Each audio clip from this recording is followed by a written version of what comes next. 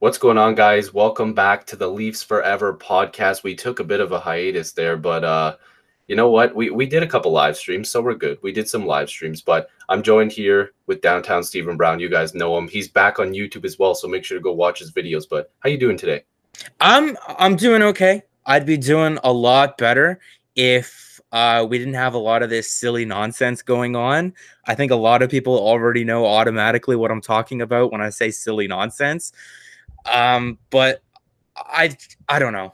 I don't really know how to answer that question without yelling or screaming. And I know, like, I don't want to swear or anything like that. I'm gonna try my best today. Don't I'm gonna be on my no best curses. behavior. There's gonna be a lot of those, those like white people swear words. Oh my goodness. Well, we have an interesting show for you guys today because we are going to be talking about, you guessed it, some Mitch Marner stuff. We're going to be talking about Nikita Zaitsev. We talk about everything about the Toronto Maple Leafs here on the Leafs Forever podcast. So why don't we talk about some things that we heard on the Steve Dangle podcast? Yes, another podcast talking about a podcast and podcasting. Everybody's talking about podcast. Okay, never mind. Podcastception. Yes. So, anyways, yeah, there's some interesting, takes on the Steve Dangle podcast. As always, they have a very good podcast. If you don't listen to it, you should. And they were talking about Mitch Marner and what the possibilities are, what the contract could look like, what could happen if it goes past the summertime, with some bold takes there from Adam Wild. But I know my buddy here, Downtown Stephen Brown, I know he's just itching to say something about this. And I'm going to hand it over to him. I'm going to hand the mic over to him. Well, it's just like the main conversation, basically the way that it started is that Steve, Adam, and Jesse were talking about how this whole feud started. Not maybe feud is the wrong word, but just like how this whole situation came to be. Where did all this frustration and hate come from? How did Mitch Marner go from the fun-loving guy that hugs Carlton the Bear after every win to just the menace of Leafs Nation right now? Right? Like Mitch is supposed to be the guy that we all love. He's supposed to be, the epitome of all of our inner childhood, and it's just like where did that all go? So a couple of points that they hit on is that, one, Mitch was upset that he didn't get to play for the Toronto Maple Leafs right after he was drafted, which would have put him on the 2015-2016 Leafs. and it's just like I don't know, Mitch. It's like, I don't know how mad you could really be about not playing for one of the worst Leaf teams in the last 25, 30 years, probably since they drafted Wendell Clark, right? Yep. I mean, I don't know how you could really complain about that. And I mean, what did you really want to play with Sean Matthias and Brad Boyes? It's like there wasn't really anything to go off of there. Well, wait, he wanted to play with perennial all-star elite PA Parento. I don't know about PA Parento, but Leo Komarov was the all-star selection. Yeah, true. That year, all those all-stars. We had so many, I forgot. Leading point getter Nazem Kadri, who had like 48 points, and however many goals PA Parento and Leo Komarov had. What did PA Parento had 20 and Komarov had 19, or maybe the other way around, or something like that. And then a lot of people are saying, oh, well, he's frustrated about Lou Lamoriello not giving him his rookie bonuses and stuff like that. Okay, Mitch, let's just describe an ideal scenario here. Let's say you got to play for the 15-16 Maple Leafs. Let's say you got those max rookie bonuses and stuff like that. I mean, some of those rookie bonuses include like scoring 20 goals and winning major awards and playing all 82 games and stuff like that. So, I mean, thinking that you were going to score 20 goals on the 15-16 Leafs in your rookie season is kind of a little bit ridiculous and not unrealistic. I mean, how many points does Mitch Marner really get on that team as a rookie a year younger? I don't know. Yeah, not 40, 50 points maybe. And he's not scoring very many goals because nobody else is scoring very much. So you could throw that right out the window. And I mean, if he were to play for those 15-16 Maple Leafs, that would mean that his contract would have expired last season. And I don't think there was any talk of Mitch Marner getting $9 or $10 or $11 million after a 69-point season. I mean, That's a nice season. Yeah, that's a nice one. It's a nice one, but it's not $9 or $10 million worth. I think we're talking much closer to what William Nylander eventually signed for if, that were to happen, if his contract were to expire last season. So, I mean, the couple $1 million that he's haggling over because he didn't get the rookie bonuses is kind of nonsense, because he's going to make up for that much and more by having his contract expire a year later, right? And getting the opportunity to play with John Tavares and this better Leafs team, this more mature Leafs team. Yep. Right? And I mean, and it's to his advantage that he's the last of the Leafs' big three that they're negotiating with right now, right? Because Nylander's number is set, Matthews' number is set. He can use both those guys as comparables. He can use other RFAs around the league as comparables and stuff like that. No, now how accurate those comparables are definitely up in the air. Yeah. But I mean, I don't know. I don't know what your thoughts are on this, Andrew. That's why we're having this discussion. I think it's nonsense. Yeah, no, it is. It's a lot of nonsense for him to care that much still about stuff that happened a couple of years ago. I totally am in agreement with you when it comes to the fact that he would have played on one of the worst Leaf teams that we've seen in our entire lifetime. The fact of the matter is, Marner was not going to be a good player on that team. Would he be a bright spot? Yeah, sure. But it's not like he would have really improved his contract by any means. Like you said, it would have made it worse for him. He would have got less money, sort of closer to the Nylander number. And God, would that be amazing? Imagine Marner coming in at that low number, and then everybody else, the domino effect would happen. Nylander would probably get less than that or something comparable, a little bit less. And then Matthews probably isn't in the $11 million range. Or maybe he is. I don't know. But no, just... I don't know. I guess I can kind of jump the gun a little bit here because I have a little bit of something funny to bring up, and I think Steve Dangle brought it up on his Twitter account. It's funny that Mitch Marner is mad about not getting the bonuses, and who is in charge of that? Lou Lamoriello. So Steve brought up on his Twitter, it's like, oh, Mitch Marner could be exploring an offer sheet from the Islanders. Yeah, he's going to go and sign with a guy that didn't give him his rookie bonuses. That makes a lot of sense.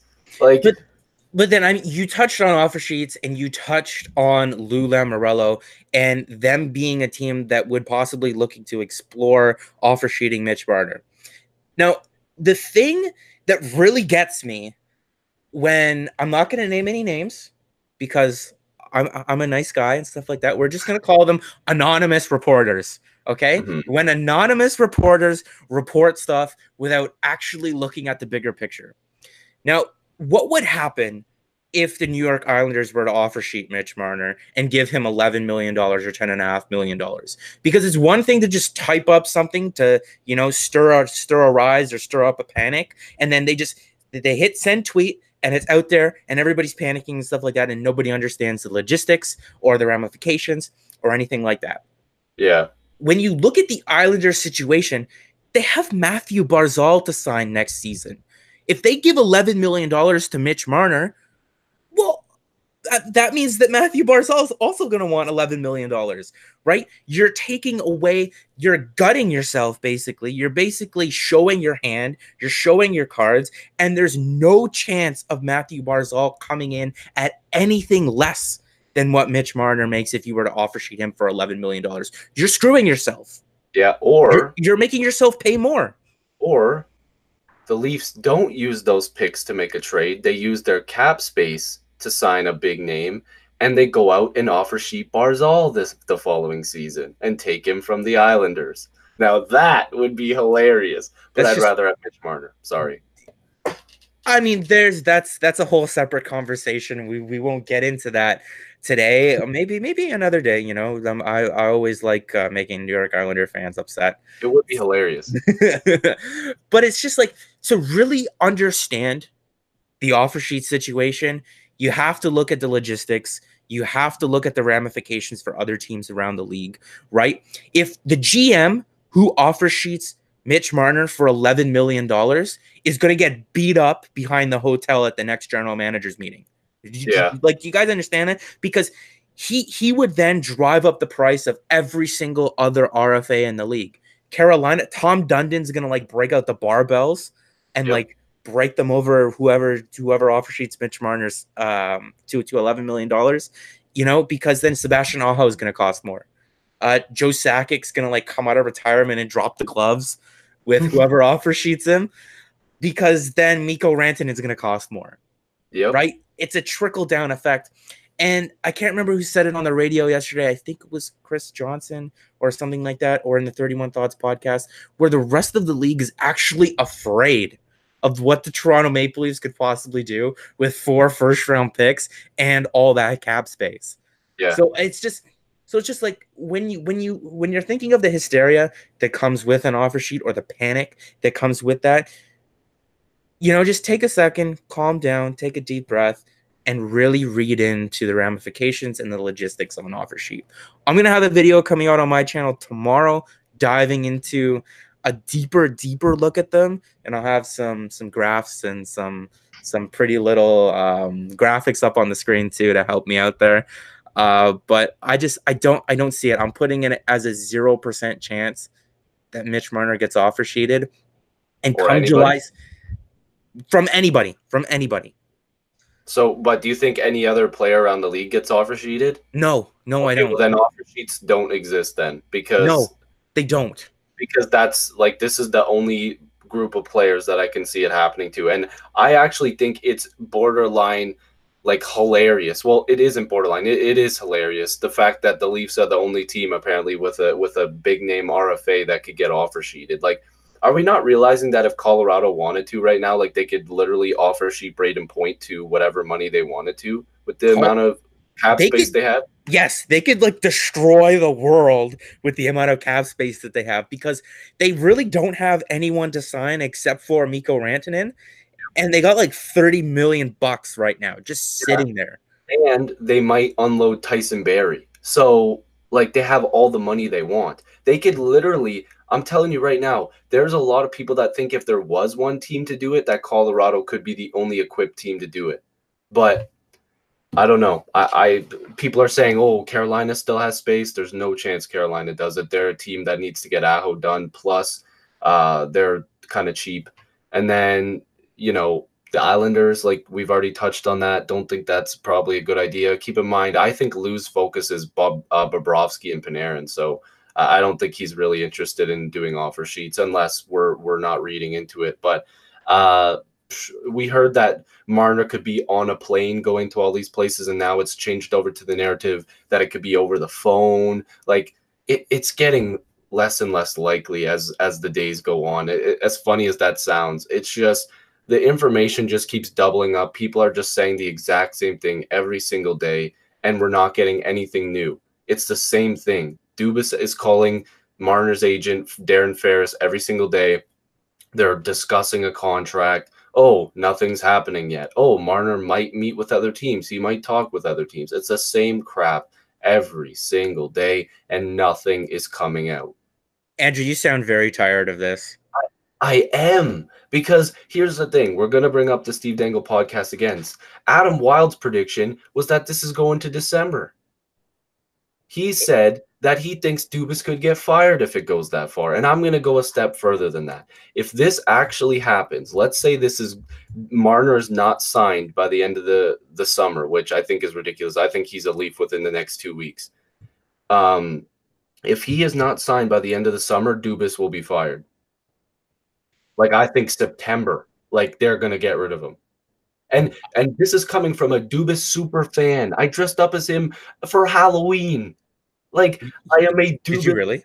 Yes. It's on my Instagram, I think, or my Twitter or something. I dressed up as him for Halloween. I love Kyle Dubas. And this is not my opinion. I think that Dubas is doing a great job, but I can really see them going, all right, whatever. This has happened 2 years in a row. We can't let this get past September. We need to get Marner in here. Dubas, you're out.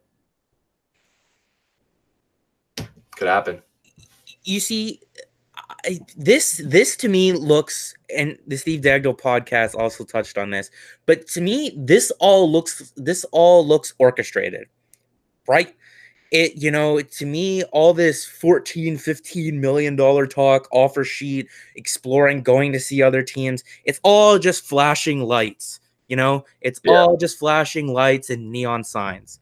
It's it's this whimsical thing to try to spin the narrative and flip the tables and get the fans to turn against the team.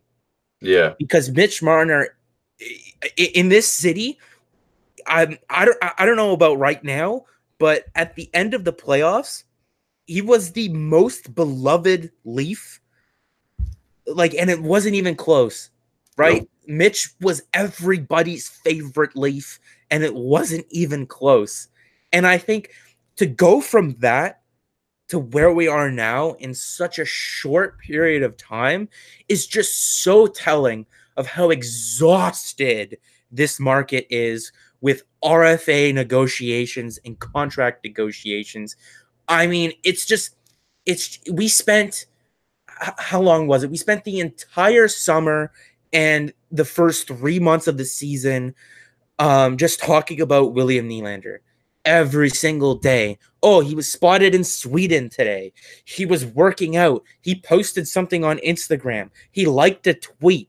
Those are the furthest things from hockey, and Yeah. it's ridiculous. Or the Right? Columbus, or the kid in Columbus saying that he talked to Dubas and that the deal was going to be done. Like, we were really believing a kid. Like, I didn't. I got in trouble for calling him out. I thought it was bogus, and people were like, "Don't ruin the fun," but it never happened. That kid in Columbus who was like, "Oh, I just talked to Dubas. He said something is going down at 5 o'clock," and everybody's like freaking out. I'm like, guys, like, this is a kid in a Blue Jackets jersey. Are we really believing this crap right now? Like, let's move on here. You know what I mean?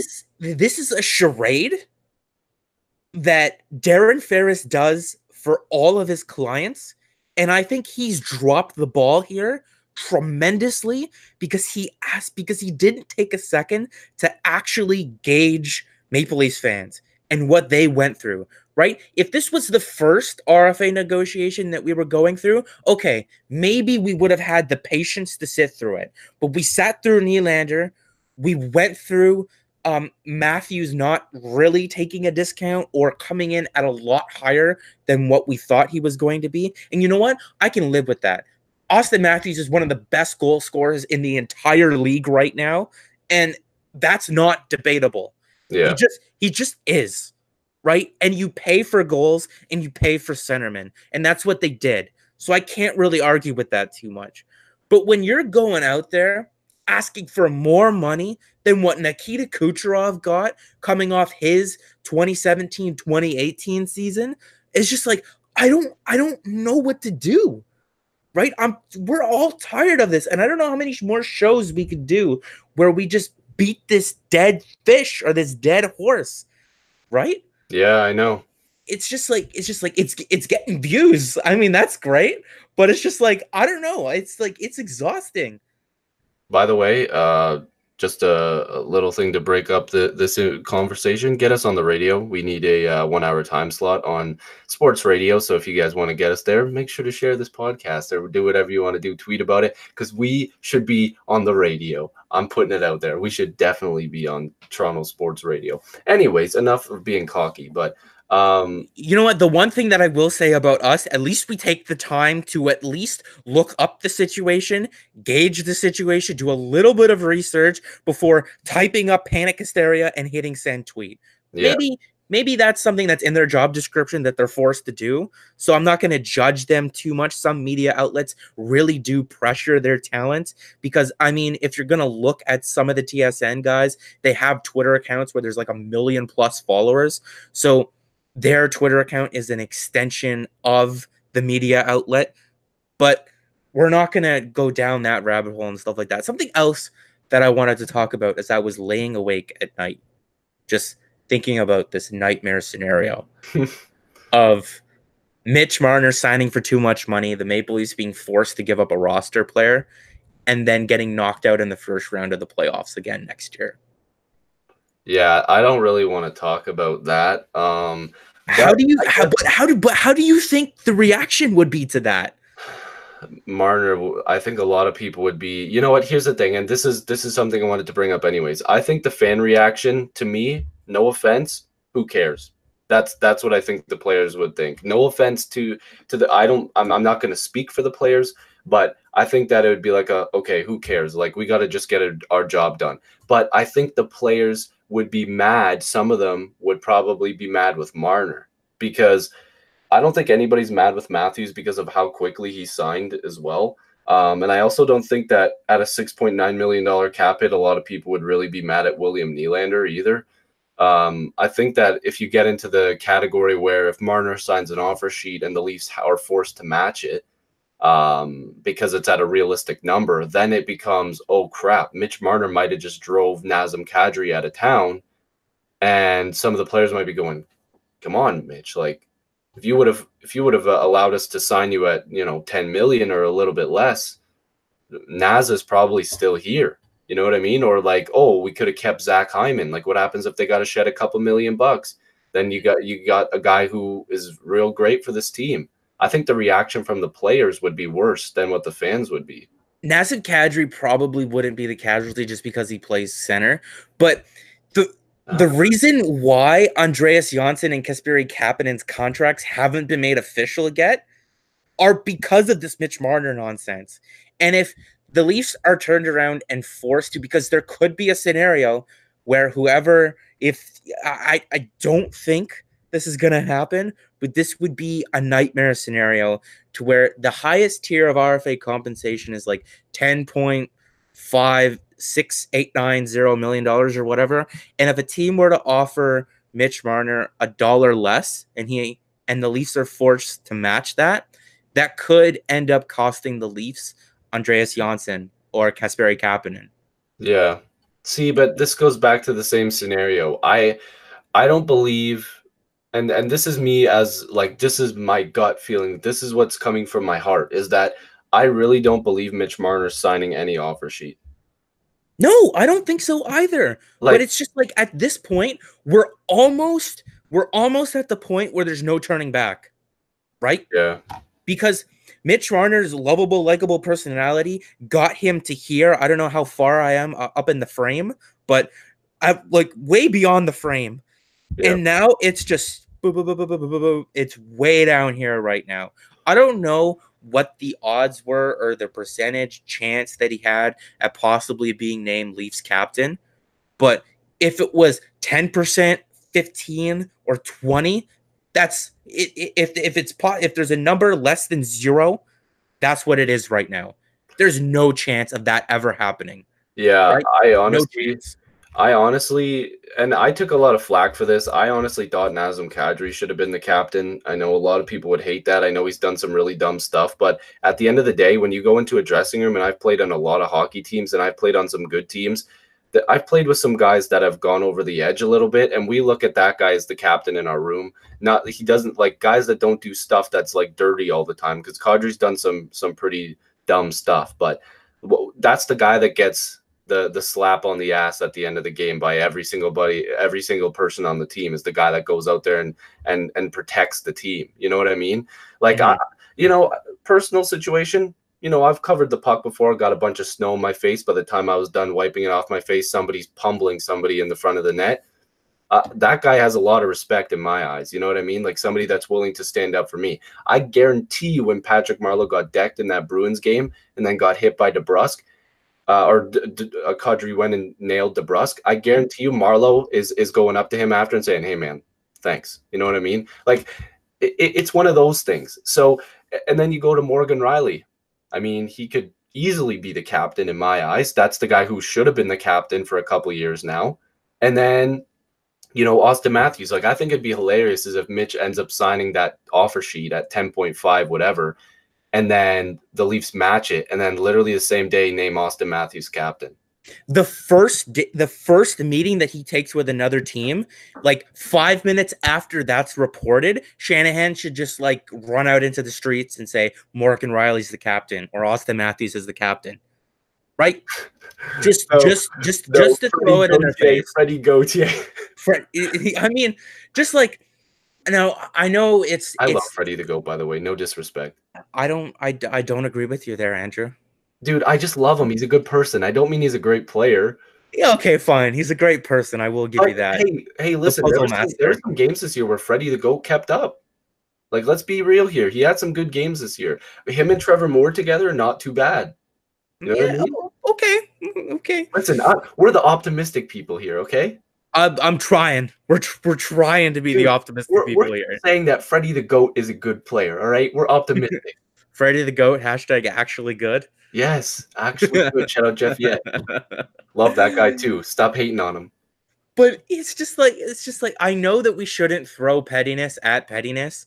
So naming the captain during this Mitch Marner negotiation, we're just joking. It's just for fun. No, I'm fully, yeah, you got to do that. I'm sorry. I would name Matt Really? captain tomorrow.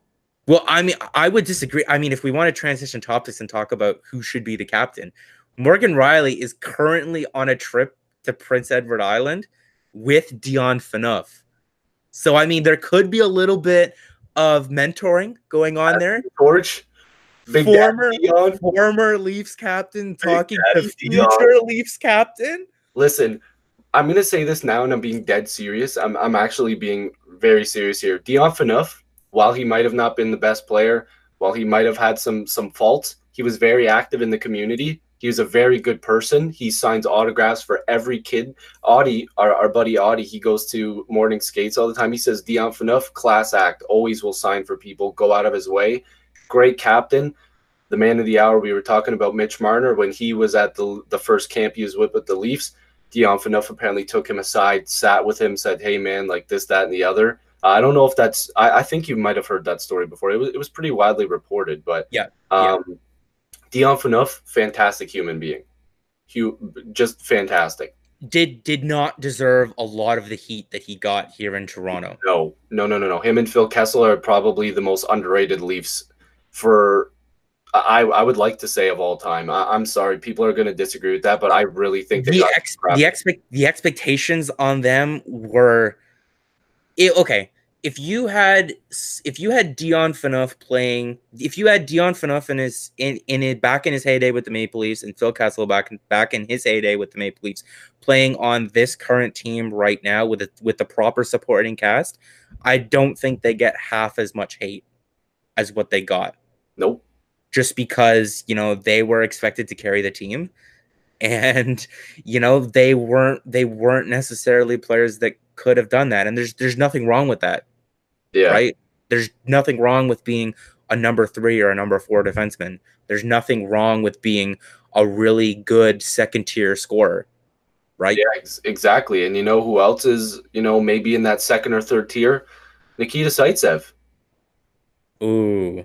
So I don't know. Are we moving on to Zaitsev? Yeah, sure. Let's talk about something that's at least a little bit good news. And the good news is that Tyler Myers wants $7.5 million, and there's a lot of interest.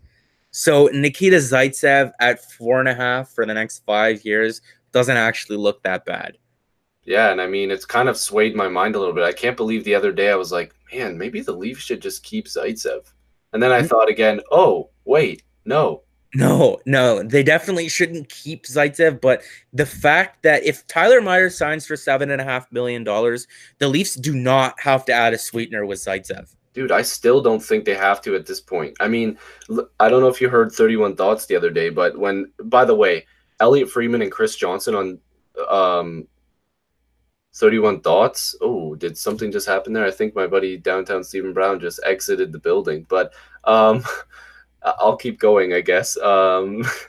Anyways, Chris Johnson and Elliot Friedman were on 31 Thoughts. Okay, he's back in. Don't worry, I continued. We're good. I continued. Thank God. I don't know what I clicked, but I just disappeared for a couple of seconds. I was like, oh, I think he just disappeared. But guess what? We're okay, guys. I just kept talking. So, anyways, what I was explaining was Elliot Friedman and Chris Johnson on 31 Thoughts. What a combination, by the way. Two of the best in the business having a great conversation at the NHL draft, which is like, I just need a 10-hour podcast of those two. Like, if they have to record it 3 days in a row, I just want to hear everything they know because I want to be a fly on the wall to every conversation they have together. Oh my God, yes. Dude, they're unbelievable. But they were talking about the fact that the Leafs might not have to add a sweetener because a lot of teams are looking at this Zaitsev deal and thinking maybe it was going to happen after his bonus was paid by the Leafs. But now there's word that instead of it being a July 5th deal, Elliot Freeman was like, people are saying this deal could happen like any day now. Like Zaitsev could be traded any day now. So I think the odds of the Leafs having to add a sweetener in there are a little bit higher if it's before the bonus is paid out. But after the bonus is paid out, no chance that they have to add anything in there. Not even a fifth or a sixth or a seventh, even. yeah, There's no way. That is the going market rate for a defenseman of his caliber. yeah. What do you think a realistic trade for Zaitsev is? Like, I keep thinking that maybe they swing around to the Oilers and say, listen, if we're gonna make this deal happen between us, like, we'll give you Zaitsev and Brown for who? Not Larson. I don't think that that deal is gonna happen. But are you looking at them to give you a pick in Benning, maybe? A pick and Benning would be okay. I think I would be. Kyle Dubas said that he wants a player similar to Nikita's. I don't know what that means because like I don't want another bad contract back, That's or what that, I that's don't I what I don't was want worried another about. player with his skill set back. I mean you want another right-handed defenseman maybe back in return, but maybe it's easier to just go out and get a left-handed defenseman in the Zaitsev trade just because left-handed defensemen they're more plentiful, and then maybe you can work something else out to Yeah, find that right-handed defenseman. Because I mean, a lot of people don't give Travis Dermott enough credit, but when the Leafs drafted Travis Dermott, he played on the right side his entire junior career, yeah, and then he played on then he played on the right side the entire time he was in the AHL. And then the Leafs call him up, and Babcock's like, "Nope, we're putting you on the left." yeah. So it's just like he can play, he can eat up the minutes, maybe not the minutes that Nikita Zaitsev did on the penalty kill, but he can definitely eat up the minutes that Zaitsev did 5-on-5 on the right side, and I'm confident that he could do just as good a job. I mean, I could stand there and ice the puck repeatedly, you know, and it's not the shoes to fill aren't that large. All right. So tell me right now, what's your guess on the Zaitsev trade? Like, what do you think the return is? Who do you think that they should go after? Like, I mean, there's talk that maybe the Leafs should talk to Minnesota, like with Spurgeon. I, Well, I mean, Paul Fenton or whatever his name is ridiculous. So I yeah. mean, Kyle Dubas wouldn't be doing his job if he wasn't calling them and seeing like, "Hey, would you guys want Nikita Zaitsev for something?" Well, apparently they called on Zucker. They called on Zucker, and then Zucker's wife went out and said something on Twitter, and Yeah. everyone was like, "Well, yeah, she's kind of right." Zucker just signed a new contract, and now they've tried to include him in several different packages, and his wife's just like, "Well, what the hell," you know? Yeah. So I mean, I don't think that they would get Zucker back from the Minnesota Wild for Zaitsev. I don't think that they would get Jared Spurgeon or Matt Dumba back from the Minnesota Wild, but just like That would something. be a sweetener. The Leafs would definitely have to do something there, especially if it's for Matt Dumba. Yeah. If we're talking that large of a trade, then there's more moving pieces in there. But if Zaitsev is the main piece in the deal, then I don't know, we can get back a number 5 or a number 6 defenseman, whether he's left-handed or right-handed, doesn't really bother me too much. Yeah. Because there's always subsequent moves that you can make. I mean, Jeremy Bracco is another trade chip that they could throw out there to possibly get a right-handed defenseman.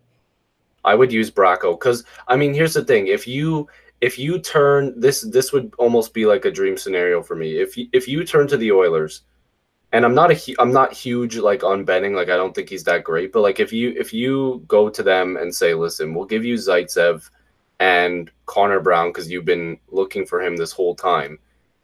We'll give you both these guys for Benning and a pick, like probably a third, and then you turn around and you go to Vegas and say, listen, you need help. We'll give you like a Timashov and this pick that we just got from the Oilers for Miller. Like Timashov is a fairly decent prospect. And then He's a fairly decent prospect that doesn't really have a place in that's the Maple Leafs farm system right now. you give a cheap option to Vegas that they could fill their bottom line with if they believe Timashov is ready, which there's a lot of people that believe he is. Jeff Fiat, I think, is one of the people that said that he thinks Timashov can at least fill a bottom line role. So you do that because Vegas needs cost control, and then you give a third round pick, which clearly would be a home run for them in my eyes. You're getting a decent prospect and a good pick in return for a guy that was a healthy scratch in the playoffs. Whereas Mhm. he's probably going to rebound. Like, let's be honest here. Like, Leaf fans are obviously going to over evaluate Miller the second the trade happens, if it does, of course. But if you do that, you're clearing out Zaitsev, you're clearing out Brown. So what's that? Like an extra 6 million, 5.5, whatever. And then 6.6. you're bringing in half of that with Miller. So and then, well, and Benning. So it's almost even, kind of. So I mean, the most valuable asset that the Maple Leafs can get back in a Nikita Zaitsev trade would be cap space. So yeah, I mean, Matt Benning would be a nice add because you could just plug him right into the lineup, and I think he only makes like 1.8 or 1.9 million bucks. that's a bottom pairing guy for sure. It's a bottom pairing guy for sure, but I would much rather just clear the cap space and then worry about who I'm gonna fill those holes with. Because you could easily go into next season top line, and I know some people are definitely going to disagree with this, but you could roll the top pairing as Riley and Dermott. I think he's ready to take on that role. Dermott, I think he is. The Maple Leafs tried it a little bit like towards the beginning of the season and then the midway point, and then they went away with it. Like after a power play or after a penalty kill, they would throw Riley and Dermott out there. You know how Babcock has those certain Yeah, lines that he likes to throw out there after the Audrey, special teams? Matthews, Tavares. Yeah. They tried it as that, but they didn't go with it after that. Yeah, well, they don't really have a choice this year. So I Mhm. would roll those two out, and then if let's say they acquire Miller, then you go Muzzin Miller as your second pairing, which would be fantastic. Then your bottom pairing, with that a little bit of extra money that you hopefully have, you get Hainsey on a cheap 1 year deal for the bottom pairing with Benning. It's not ideal, but at the same time, if by mid-season Timothy Liljegren and Sandin are ready, those are interchangeable parts for that bottom pairing. So Right. so you can go with both of those guys maybe by the end of the season. If the Leafs are go, whoa, both these guys are much better than Benning and Hainsey, they can give us another element. And then maybe you have to roll 7 defensemen in the playoffs so Hainsey can be there to kill penalties and stuff. So are you on my side now about not going out and acquiring a huge piece for the blue Well, line?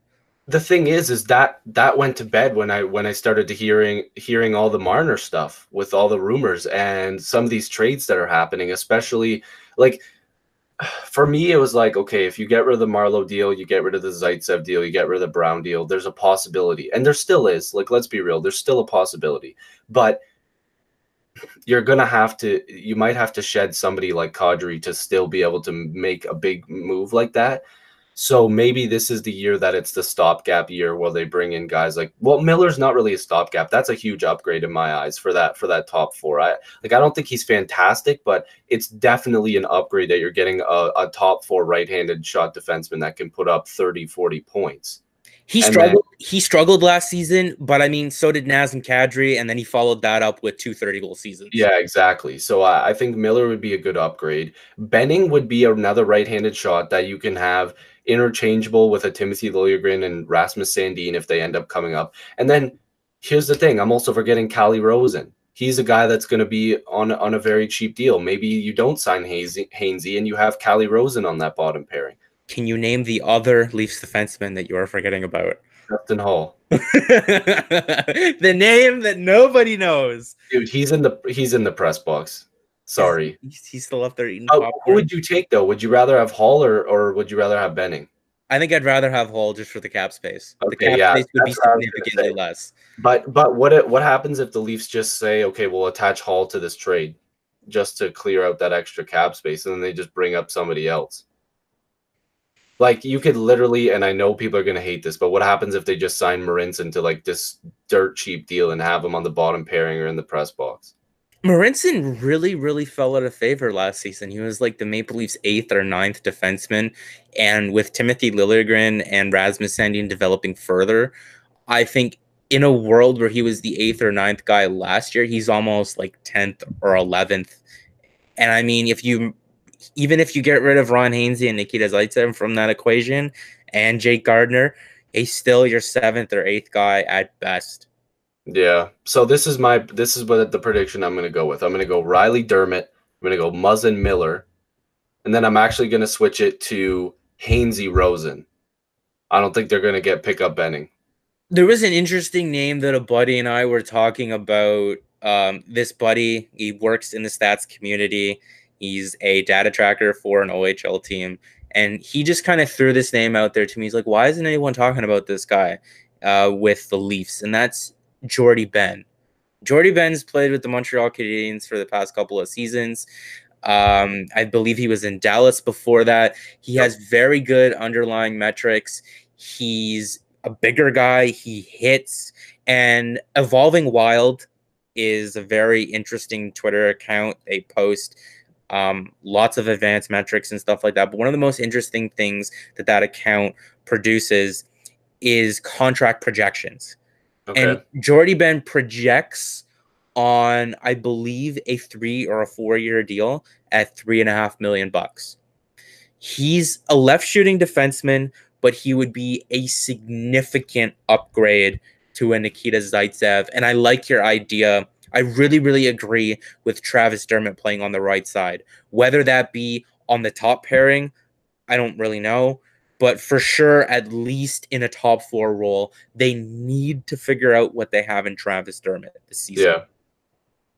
Right? Dude, I'm almost wondering if you're gonna be correct here with Ben, but like he's a Hab right now, isn't he? His contract is expired. He is a UFA. So I mean, there's a possibility. Now the market could price him right out of being an option for the Leafs.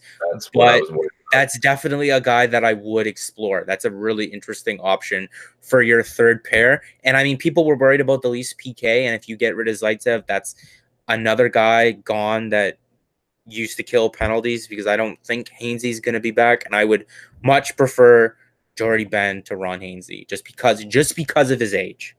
Yeah, but the money would be probably like $2 million difference. I don't know about that, because there's talk of Ron Hainsey getting like $2 million on a 1-year deal. I wouldn't do that. Which to me would be too much. Yeah, you know what? I just thought of something in my head, and you're probably going to hate this, but I'm almost wondering if the Leafs are throwing out, or Dubas is throwing out the notion that getting an equal defenseman back means that they could go to Vancouver and be like, hey, how about we do a swap of Zaitsev for Tanev?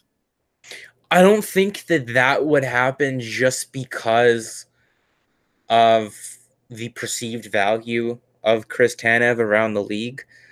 But Vancouver does have other defensemen that I would be interested in. A guy like Alex Biega, who put up okay points. I don't think he played the entire season. I'm just trying to go off the top of my head here. But he's a left shooting defenseman that put up a little bit of points in not the full season, I believe. He's a guy that I would be interested in from them, or just cap space. I mean, honestly, I would just take the cap space. Yeah, it's just, again, you do have to replace him. And I think that's the biggest thing with the Leafs is, regardless of what you think of Zaitsev, those minutes have to be replaced somehow. And I still think that Miller's probably a guy, but every time I think of Miller, I'm like, okay, well, this is too obvious. And I don't think Dubas is just going to be like, well, everybody on Twitter is saying it, so I better go check on Miller. Like, I wonder if he's really in on Colin Miller. Like, that makes me think, like, it's almost too good to be true. Like, there's got to be something else there. See, but with Miller, there's a lot of people talking about, like, what would the Leafs need to give up for Colin Miller? And the worse and worse that Vegas's cap situation gets, the less and less that acquisition price would be. And if, sometimes when it is that obvious, it really is that obvious, right? So you could go out and spend, like, what would you say if all it would take to acquire Colin Miller would be a 2nd-round pick? Oh, they have to do that. A 2nd-round pick, maybe a 3rd and a 4th. Yeah, like, I'm doing that all day. Like I said, I would give Timashov and a pick to them, and it would be no problem. Like, you have to I think I agree with you, but you have to remember too, like, George McPhee has made it clear that if he was to make a move, that it would probably be guys like probably a guy like Reeves. He didn't go out and say that, but like it would probably be guys that aren't exactly, top of his lineup type of thing. Right, but Because he's put himself in a position where he has to move more than just Ryan Reeves. They need to clear out about $7 million in cap space. well, they did say that they could put David Clarkson on LTIR. Like that's still an option. But then they run the risk if they have any rookies in season that are gonna hit any sort of bonuses Like and stuff like that. Cody Glass. Yeah, like a guy like Cody Glass, then that would put them into an overage, and then that would put them in trouble for next year. Yeah, Right? that is Like true. LTIR is a very slippery slope. And I mean, even today, Roberto Luongo retired, and the Florida Panthers were pushing for him to retire just so that they didn't have to put him on long-term injury reserve, because long-term injury reserve, while it helps out a team, it really, really handcuffs them as well. Yeah, that's true. Damn, that's a lot of information. I don't know. Do you have anything else to add on Zaitsev or anything else? Like, what's a realistic trade? Do you think, like, for anybody? Like, who do you think realistically is going to get traded from the Leafs? Like, if you were to say right now, who's next to get traded? Is it Connor Brown? Is it Zaitsev? I'm putting Zaitsev at 100%. And Damn. then Connor Brown is 50-50, depending on what happens with Mitch Marner. Because if Mitch Marner forces you to deal one of Andreas Janssen or Kasperi Kapanen, then I think the Leafs end up splitting the difference and keeping Connor Brown. Yeah. I mean, Right? I wonder if Marner comes in at a reasonable number and the Leafs just go, well, screw it. Like, let's just keep Connor Brown. But at the same time, like, I think that they're high on that Mikheyev too. Like, they mentioned it again the other day. Like, they don't view him as a fourth liner. Like, they think he has third line potential. Like, he can legitimately play on the third line. So, like, do you really want to pay Connor Brown 2 point whatever million to just be a fourth line guy? Like, I don't think so. Well, it's just like if he fits under the cap, he fits under the cap, right? Yeah, but they want that extra money for the trade deadline. It's true, but you can always just move out Connor Brown at the trade deadline or at a later date or something like that, right? Like, it's if he fits under the cap, great. I'd be happy to have him. He kills penalties. He's quick. He's a little bit tenacious and stuff like that. Maybe he'll have a bounce back year. Yeah, I mean, he did score 20 goals at one point. Yeah, and then he scored 14, I think, as well. So yeah, if he fits under the cap, great. If he doesn't, thank you, Connor Brown, for your services. yeah, it's true. I think Zaitsev's gone as well. Like, I honestly, like, I wanted to be as bold as to say that he's gone within the next couple days, because hearing the way that Elliot Friedman was talking about the fact that teams aren't really worried that much about a bonus, like, they think that he's going to get moved earlier. Like, that's crazy.